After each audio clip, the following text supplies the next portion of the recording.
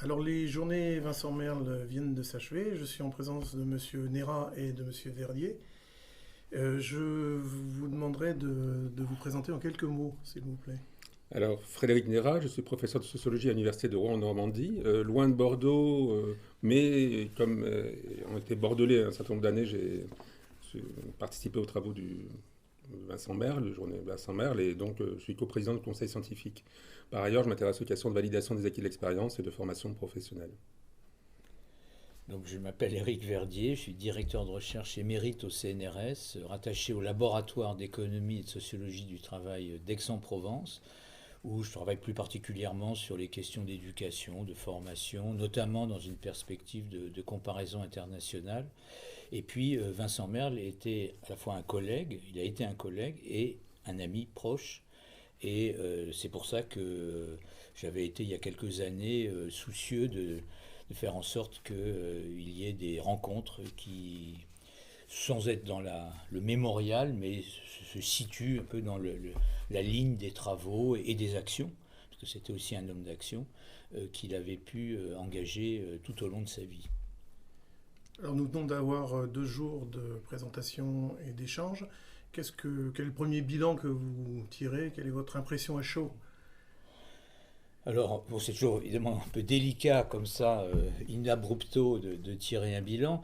D'abord, ça a bien fonctionné, je crois, parce que c'est toujours un peu un challenge, hein, avec des gens qui viennent d'un peu partout, y compris de l'étranger pour Bénédicte Zimmermann qui est arrivé de Berlin.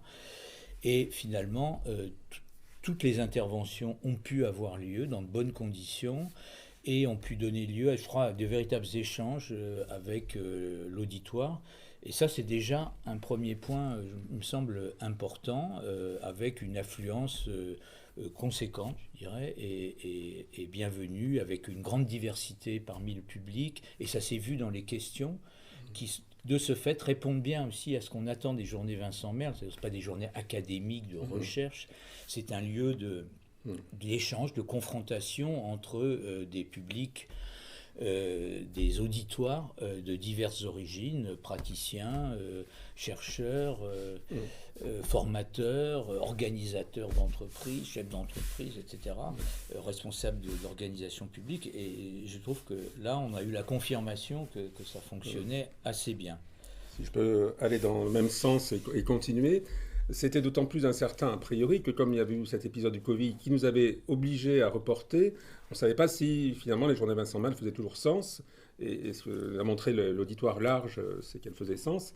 Et c'est vrai qu'en tant qu'universitaire, on jalouse un peu ce type de manifestation parce que pour tout dire, quand il y a un colloque scientifique, malheureusement de plus en plus, ben, le public est limité.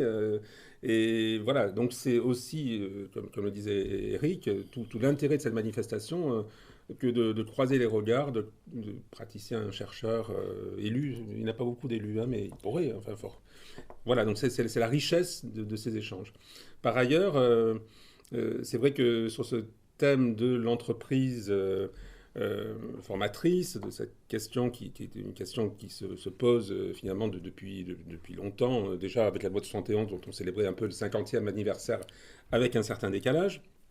Mais on a vu des interventions très très originales aussi, notamment dans l'atelier auquel je participais ce matin ou que j'animais ce matin, sur des nouvelles formes d'entreprise, enfin en tout cas dans lesquelles la question de la formation se pose de façon différente. Par exemple, les entreprises de portage salarial, les coopératives d'activité d'emploi. Et c'est vrai que ça sort du discours tout constitué sur l'entreprise formatrice qui s'en tient à des généralités. Là, on avait des cas pratiques, et toi aussi, dans la table ronde que tu as animée ce matin, c'est Absolument. pareil. Oui, je trouve que de ce point de vue-là, on a bien tenu le pari initial qui était d'éviter de s'enfermer, si je puis dire, dans l'entreprise industrielle. Voilà. Bon, c'était un peu ça la vision de départ, même de la loi de Voilà. 71, hein, en quelque sorte.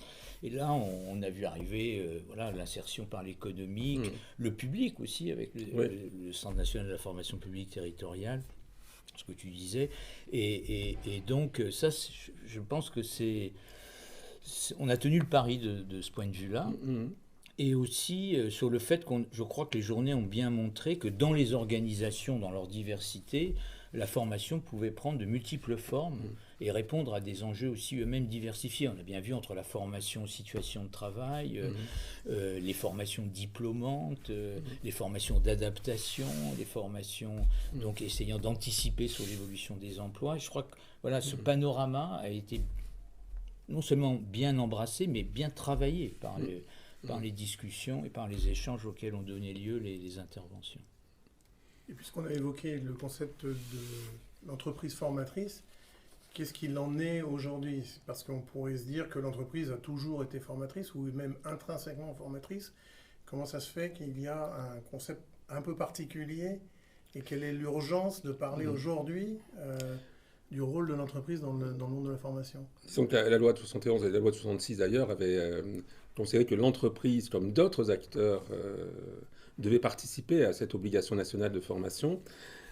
Par la suite, avec la loi de 71, c'est vrai que, comme il est dit dans une des tables rondes, la forme privilégiée était plutôt la forme scolaire et la forme du stage. Et souvent le stage qui se tenait bien sûr hors de l'entreprise. Donc toute la discussion a été aussi autour de l'entreprise formatrice dans tous ses états, par quelle forme bien justement est-elle formatrice? C'est-à-dire, c'est là qu'on retrouve par exemple la formation en situation de travail, mais il y a aussi, comme le rappelait l'historien Guy Broussy, il y avait une tradition dans d'autres branches d'activité quand même de forme toujours scolaire maintenue. Et donc c'est l'articulation avec tout aussi la question des apprentissages informels qui a beaucoup été discutée à côté des apprentissages formels, toute cette nouvelle façon sans doute d'apprendre avec aussi ses limites. Et donc c'était en cela que le débat continue sur l'entreprise formatrice, c'est-à-dire parce que les formes des apprentissages évoluent, parce qu'aussi tout simplement si le rapport entre les besoins de l'individu, besoins de formation, et les besoins de l'entreprise au travers des politiques de formation et des plans de formation, là aussi, se posent en des termes différents aujourd'hui qu'il y a 10 ans ou 20 ans. Et d'ailleurs, de ce point de vue, je pense que l'intervention de Bénédicte Zimmermann dans l'ouverture des journées était importante parce qu'elle s'est interrogée finalement sur les conditions qui rendent possible le fait que l'entreprise soit formatrice, pas seulement pour elle, mais aussi pour les individus qui y travaillent, de telle sorte qu'ils puissent, je dirais, épanouir leurs capacités et construire par eux-mêmes leur devenir. Donc elle a, au travers de la comparaison France-Allemagne, essayé de déterminer quelles sont les conditions qui rendent ça plus favorable ou au contraire, qui entravent en quelque sorte la mise en capacité des personnes au travail. Donc par rapport à ça, peut-être ajouter finalement que par rapport aussi à une vision étroite d'une formation purement instrumentale dans et par l'entreprise, là on a vu que la formation, elle était plus large, elle peut avoir d'autres dimensions. Et là aussi, il y a une diversité selon les entreprises, une diversité d'engagement dans la formation. Et voilà, et en France, en Allemagne, mais plus largement aussi selon les secteurs d'activité. Donc tout cela, je pense... tranche avec les discours là, je dis aussi faciles qui partent de l'entreprise au singulier et qui considèrent, alors soit pour se féliciter du fait que l'entreprise soit formatrice, soit pour dénoncer cela, sans voir finalement qu'il faut regarder de près, qu'il y a des variations, qu'il y a des évolutions. Voilà, c'est à mon avis aussi c'est la richesse des débats qui ont eu lieu pendant ces 2 journées. Et si on trace un peu des perspectives pour les années qui viennent, quelles sont là ou les conditions qui vous paraissent essentielles pour qu'on se dirige toujours plus vers justement cette entreprise formatrice idéale? Je crois qu'il y a un des points qui est bien ressorti des discussions, c'est le fait que le travail est nécessairement collectif et que dès lors que la formation a un lien fort avec le travail, ça ne veut pas dire qu'elle en est strictement dépendante, mais c'est bien aussi la participation, les possibilités d'expression, de participation des personnes au travail qui leur permettent collectivement et aussi pour eux-mêmes chacun de construire des perspectives fortes en matière de formation. Donc la question, je dirais, de la démocratie au travail a été assez clairement posée, me semble-t-il, par toute une série d'interventions tout au long de ces journées, si l'on veut que la formation ait un sens. Et on l'a vu même au travers des interventions sur l'insertion par l'économique. On a vu que cette dimension de la construction subjective des individus, pour reprendre les termes qui ont été utilisés, était très importante. Et que si on ne permet pas cette expression, eh bien là, on est dans l'imposition et on peut être donc très vite confronté à des comportements de fuite à ce moment-là. Qu'on voit d'ailleurs dans les organisations qui ne parviennent pas à construire ces capacités de dialogue, de discussion et à minima d'épanouissement. Par ailleurs, je crois aussi que ce qui apparaît pour l'avenir, c'est peut-être aussi qu'il faut renforcer le lien entre formation et promotion. C'est-à-dire qu'il faut que les gens s'engagent pas uniquement de façon négative dans la formation parce que la formation est adaptative seulement ou parce que leur emploi est menacé. Il faut aussi offrir des perspectives. Alors soit des perspectives de promotion, mais soit aussi des perspectives d'insertion. Alors là aussi, j'ai beaucoup apprécié ce qui a été dit sur la FEST, donc en situation de travail, la formation en situation de travail, qui permet à des gens qui étaient extrêmement éloignés, qui ne parlent pas la langue, qui n'auraient jamais eu d'emploi du fait de leurs caractéristiques sociales, d'accéder à la formation et à l'emploi. Donc que ce soit l'accès à l'emploi par la formation pour des gens qui en étaient vraiment très très éloignés, à la fois de la formation et de l'emploi, ou l'accès à la promotion par la formation, ça c'est pour moi des perspectives qui sont aussi des perspectives d'avenir.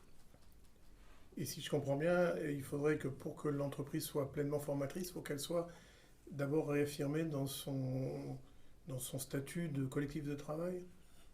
Oui, c'est ça. Et qu'elle permette à tous ses membres et à chacun de ses membres d'être en mesure d'exprimer non seulement ses attentes, mais d'être en possibilité de construire un avenir éventuellement aussi ailleurs que dans l'entreprise, parce que c'est aussi une nécessité même pour les organisations que les gens ne se sentent pas prisonniers de cette organisation et qu'ils aient d'autres perspectives. Et ça, je pense que c'est une dimension qui est bien ressortie. Et pour rebondir là-dessus, valoriser, puisque c'était quand même un des thèmes, je crois, des premières journées Vincent Merle, la validation des acquis, c'est-à-dire l'expérience des personnes, la prise en compte de leur expérience, c'est aussi l'occasion donc de reconnaître ce qu'ils ont fait et ce qu'ils pourront faire par la suite dans cette même organisation, quitte, au-delà de la validation d'acquis, s'appuyer aussi sur la ressource que peut être telle ou telle modalité de formation. Et après, on peut aussi dire que la formation, elle devrait être de plus en plus pensée aussi comme élément de la qualité de la vie au travail, c'est-à-dire d'amélioration de la qualité de la vie au travail, puisque maintenant, c'est aussi la grande réflexion sur malaise au travail, sur les risques psychosociaux, qui sont liés aussi parfois au fait que les interactions se dégradent ou sont limitées. Et on peut aussi concevoir la formation comme un outil, alors, à partir du moment où c'est des collectives, qu'elle est aussi fondée sur des partages informels ou sur des stages plus formels, comme un moyen de renforcer la qualité de la vie au travail, et donc pour les entreprises aussi d'attirer dans les secteurs pénuriques des salariés qui trouveront aussi dans ces propositions un avantage et donc rejoindront ces entreprises qui recherchent des salariés, et on sait qu'il y en a de plus en plus, et que tout n'est pas lié au salaire. Voilà, pour dire, comme on le voit, il y a effectivement les conditions horaires, comme on le voit dans les secteurs pénuriques comme la restauration ou autres, mais peut-être que la formation, si à l'avenir, sera aussi quelque chose que les entreprises pourront mettre en avant à partir du moment aussi où ces formations sont, la grande question qui a été posée aussi, transférables, permettant une évolution dans l'entreprise ou aussi en dehors de l'entreprise qui les emploie. Et c'est là où la validation des acquis peut être un moyen de les rendre transférables, précisément.